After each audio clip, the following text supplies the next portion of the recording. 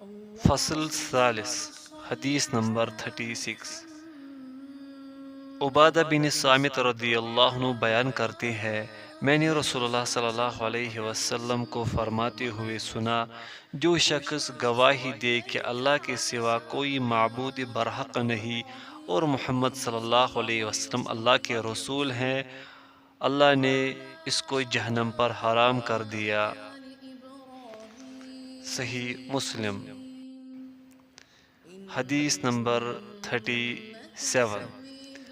عثمان رضی اللہ عنہ بیان کرتے ہیں، رسول اللہ صلی اللہ علیہ وسلم نے فرمایا، جس شخص کو اس حالت میں موت آئے کہ وہ جانتا ہو کہ اللہ کے سوا کوئی معبود برحق نہیں، تو وہ جنت میں داخل ہوگا۔ صحیح مسلم۔ حدیث نمبر 38۔ جابر رضی اللہ عنہ بیان کرتے ہیں، رسول اللہ صلی اللہ علیہ وسلم نے فرمایا، دو خصلتیں باعث معجب ہے۔ کسی شخص نے عرض کیا، اللہ کے رسول، وہ دو معجب کیا ہے؟ آپ صلی اللہ علیہ وسلم نے فرمایا، جو شخص اللہ کے ساتھ شرک کرتا ہوا فوت ہو جائے تو وہ جہنم میں داخل ہوگا، اور جو شخص اس حال میں فوت ہو کہ وہ اللہ کے ساتھ کسی کو شریک نہ بناتا ہو تو وہ جنت میں داخل ہوگا۔ صحیح مسلم۔ حدیث نمبر 39۔ ابو ہریرہ رضی اللہ عنہ بیان کرتے ہیں، ہم رسول اللہ صلی اللہ علیہ وسلم کے ارد گرد بیٹھے ہوئے تھے، جبکہ ابو بکر و عمر رضی اللہ عنہما صحابہ کی ایک جماعت کے ساتھ ہمارے ساتھ تھے کہ رسول اللہ صلی اللہ علیہ وسلم ہمارے پاس سے اٹھ کر چلے گئے۔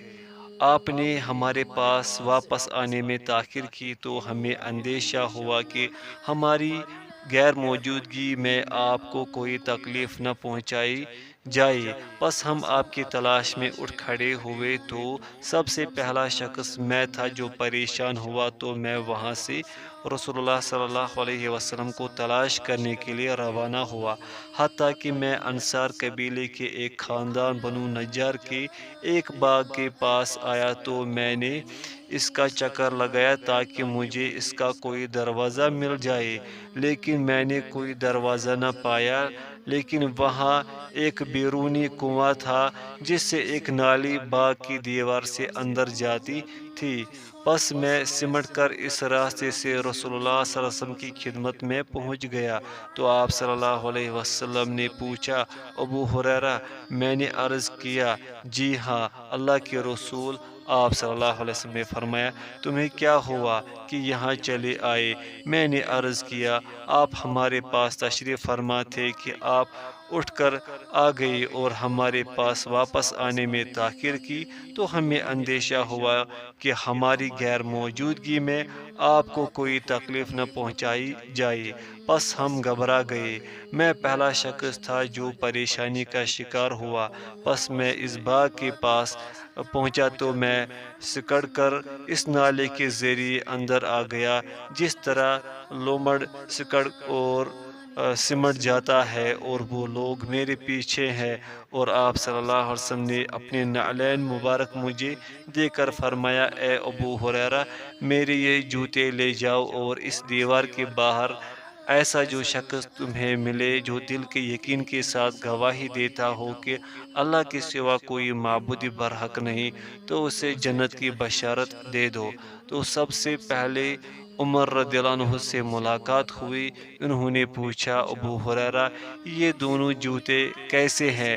میں نے کہا، یہ دونوں جوتے رسول اللہ صلی اللہ علیہ وسلم کے ہیں، آپ نے یہ دے کر مجھے بھیجا ہے کہ میں ایسے جس شخص سے ملوں جو دل کے یقین کے ساتھ گواہی دیتا ہو کہ اللہ کے سوا کوئی معبود برحق نہیں، میں اسے جنت کی بشارت دوں۔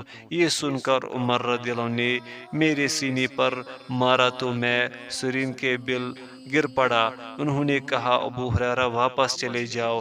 میں روتا ہوا رسول اللہ صلی اللہ علیہ وسلم کی خدمت میں واپس آیا، جبکہ عمر رضی اللہ عنہ بھی میرے پیچھے پیچھے چلی آئی۔ رسول اللہ صلی اللہ علیہ وسلم نے فرمایا، ابو ہریرہ تمہیں کیا ہوا؟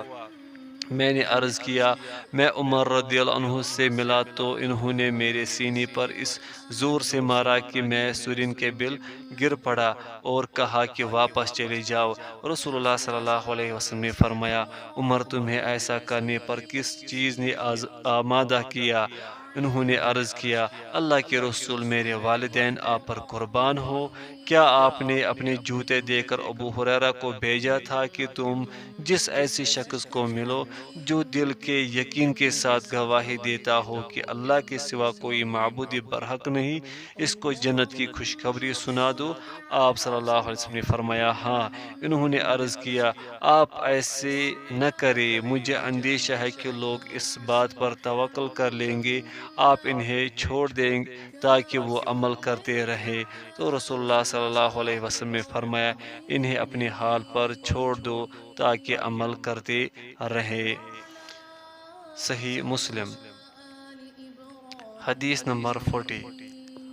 معاذ بن جبل رضی اللہ عنہ بیان کرتے ہیں رسول اللہ صلی اللہ علیہ وسلم نے مجھے فرمایا اس بات کی گواہی دینا کہ اللہ کے سوا معبود برحق نہیں، اللہ کے سوا کوئی معبود برحق نہیں، جنت کی چابی ہے۔